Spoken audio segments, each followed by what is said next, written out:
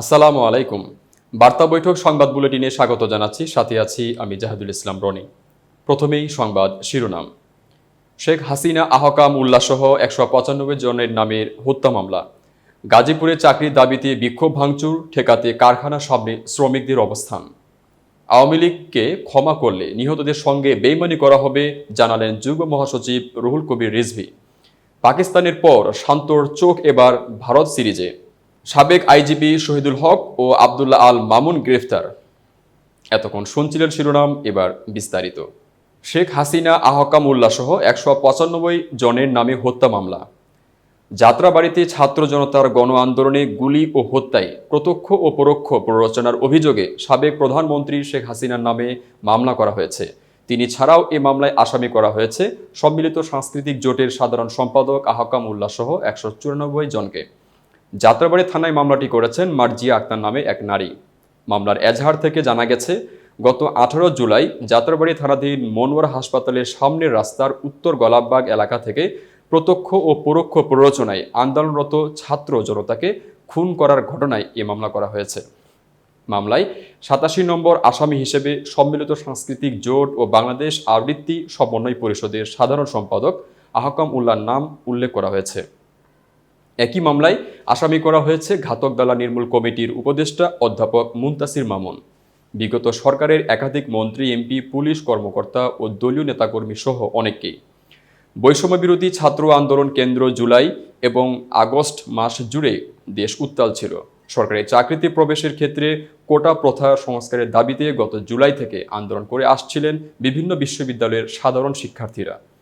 রাজধানী ঢাকাসহ কয়েকটি বিশ্ববিদ্যালয়ের সাধারণ শিক্ষার্থীদের উপর দফায় দফায় হামলা চালায় ছাত্রলীগ। ঢাকাসহ সারা দেশে সরকার সমর্থিত নেতাকর্মী ও পুলিশের সঙ্গে আন্দোলনকারীদের সঙ্গে সংঘর্ষে শতাধিক নিহত হয়। বৈষম্য বিরোধী ছাত্র আন্দোলনের নেতৃত্বে গণ অভ্যুত্থানের জেরে গত ৫ আগস্ট প্রধানমন্ত্রীর পদ থেকে পদত্যাগ করে দেশ ছাড়েন আওয়ামী লীগের সভাপতি শেখ হাসিনা। গাজীপুরে চাকরির দাবিতে বিক্ষোভ ভাঙচুর ঠেকাতে কারখানার সামনে শ্রমিকদের অবস্থান। গাজীপুরে চাকরি পুনর্বহাল সহ বিভিন্ন দাবিতে বেশ কয়েকটি স্থানে পোশাক শ্রমিকরা আন্দোলনে নেমেছেন। আজ বুধবার সকালে চান্দনা চৌরাস্তা, সাইনবোর্ড, জিরানি বাজার, কোনাবাড়ি, বাসন, বাঘের বাজার প্রভৃতি এলাকায় তারা বিক্ষোভ করেন।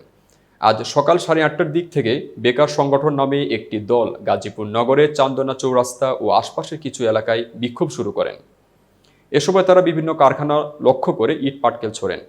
এ সময় তাদের প্রতিহত করতে কারখানার শ্রমিকেরা অবস্থান নেন। পরে বিক্ষুব্ধ শ্রমিকেরা পিছু হটেন। তাদের সঙ্গে কথা বলেন শিল্প পুলিশের সদস্যরা। এরপর তারা সকাল 10:30টার দিকে কর্মসূচি প্রত্যাহার করেন। শ্রমিক নেতা আরমান হোসাইন বলেন, বাংলাদেশ বেকার সংগঠনের সঙ্গে গতকাল আমরা আলোচনা করেছি। আজ থেকে তাদের কোনো কর্মসূচি থাকার কথা ছিল না। তারা প্রতিশ্রুতি দিয়েছিল সরকারি উচ্চপদস্থ কর্মকর্তাদের কাছে বেকারত্বের বিষয়গুলো তুলে ধরেন। এ বিষয়ে শিল্প পুলিশের এসপি তাদের সহযোগিতা করার আশ্বাস দিয়েছিলেন। কিন্তু তারপরেও আজ সকালে 400 থেকে 500 মানুষ বাইপাসে একত্র হয়ে আন্দোলনে নামেন। এছাড়া সকাল 8:30 থেকে নগরের সাইনবোর্ড, জিরানি বাজার, কোনাবাড়ি, সদর উপজেলা সহ বেশ কিছু স্থানে শ্রমিকেরা বিক্ষোভ করেন। এ সময় তারা ঢাকা-টাঙ্গাইল মহাসড়ক আটকে রাখেন। পরে 11টার দিকে তারা সড়ক থেকে সরে যান।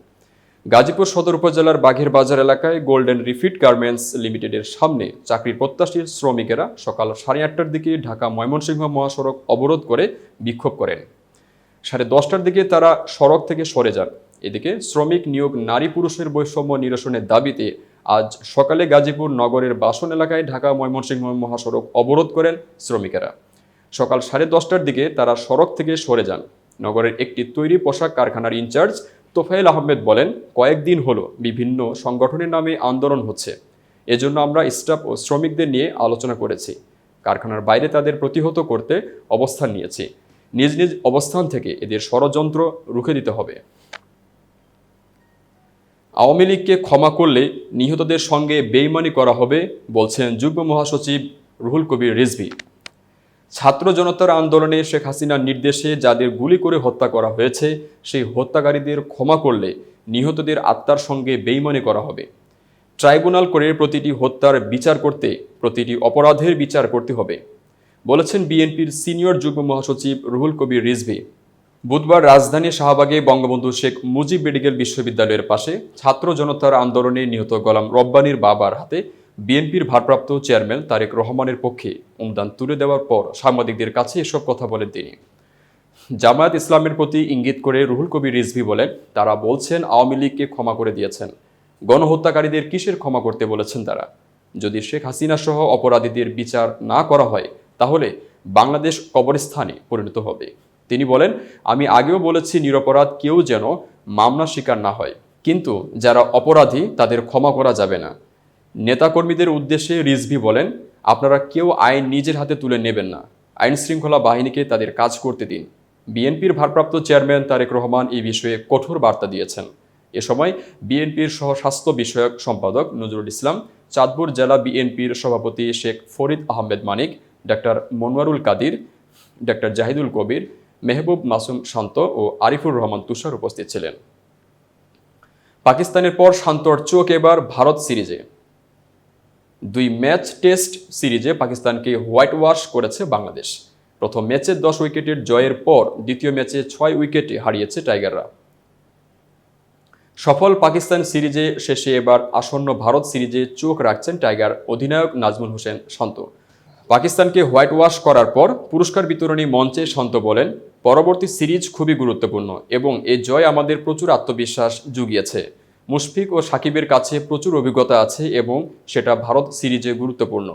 এমন কন্ডিশনে মিরাজ যেভাবে বল করে 5 উইকেট নিল তা খুবই অসাধারণ। আশা করি ভারতের বিপক্ষে সেও একই কাজ করবে। পাকিস্তানের বিপক্ষে বাংলাদেশের পেসারদের পারফরমেন্স ছিল চোখে পড়ার মতো। পেসারদের প্রশংসা করে টাইগার অধিনায়ক আরও বলেন, আমাদের পেসারদের বোলিং নীতি খুবই অসাধারণ ছিল এবং এই কারণেই আমরা এই ফল পেয়েছি। সবাই নিজেদের প্রতি সৎ থেকেছে এবং তারা জিততে চেয়েছে। আমি আশা করি এটা বজায় থাকবে। সাদমান প্রথম টেস্টে যেভাবে ব্যাটিং করেছে তা দুর্দান্ত, এমনকি জাকিরও ইতিবাচকতা নিয়ে ব্যাট করেছে এবং আমাদের মোমেন্টাম এনে দিয়েছে। সাবেক আইজিপি শহীদুল হক ও আব্দুল্লাহ আল মামুন গ্রেপ্তার। বাংলাদেশ পুলিশের সাবেক 2 জন মহাপরিদর্শক গ্রেপ্তার করেছে আইনশৃঙ্খলা বাহিনী। তারা হলেন AKM শহীদুল হক ও চৌধুরী আব্দুল্লাহ আল মামুন। মঙ্গলবার দিবাগত মধ্যরাতে রাজধানীর উত্তরা থেকে তাদের গ্রেপ্তার করা হয়। তাদের দুজনের নামই মামলা রয়েছে। ঢাকা মহানগর পুলিশের গণমাধ্যম ও জনসংযোগ বিভাগ থেকে পাঠানো খুদে বার্তায় 2 সাবেক পুলিশ প্রধানকে গ্রেপ্তারের বিষয়টি নিশ্চিত করা হয়েছে। ঢাকা মহানগর গোয়েন্দা পুলিশের প্রধান রেজাউল করিম মল্লিক জানান, গ্রেপ্তারের পর তাদের ডিবি কার্যালয়ে রাখা হয়েছে। শহীদুল হক 31 ডিসেম্বর 2014 থেকে 31 ডিসেম্বর 2018 পর্যন্ত আইজিপি ছিলেন, আর আব্দুল্লাহ আল মামুন আইজিপি ছিলেন 30 সেপ্টেম্বর 2022 থেকে 6 আগস্ট 2024 পর্যন্ত। একসঙ্গে 2 পুলিশ প্রধানের গ্রেপ্তার হওয়ার ঘটনা দেশের ইতিহাসে নজিরবিহীন বলে জানিয়েছেন সংশ্লিষ্টরা।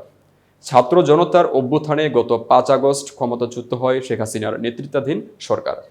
টানা প্রায় 16 বছরে ক্ষমতা ধরে রাখা এই স্বৈর শাসনের অন্যতম সহযোগী হিসেবে চিহ্নিত করা হয় পুলিশ বাহিনীকে। ছাত্র জনতার আন্দোলন ঠেকাতে পুলিশ সরাসরি গুলি চালায়, এতে ঝরেছে শত শত প্রাণ। এজন্য সরকার পতনের পর ব্যাপক জনরোষে বিপর্যস্ত হয় পুলিশ বাহিনী। থানাগুলো হয়ে পড়ে পুলিশ শূন্য। আইজিপি আব্দুল্লাহ আল মামুন সহ কর্মকর্তাদের প্রায় সবাই পালিয়ে বাঁচেন।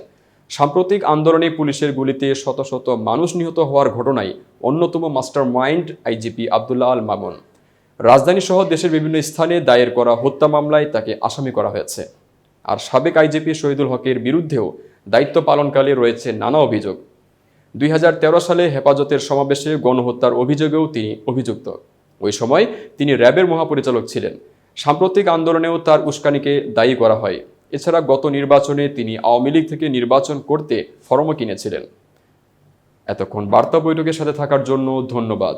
নতুন নতুন তথ্য ও সংবাদ পেতে বার্তা বৈঠকের ইউটিউব চ্যানেল ও ফেসবুক পেজের সাথে থাকুন।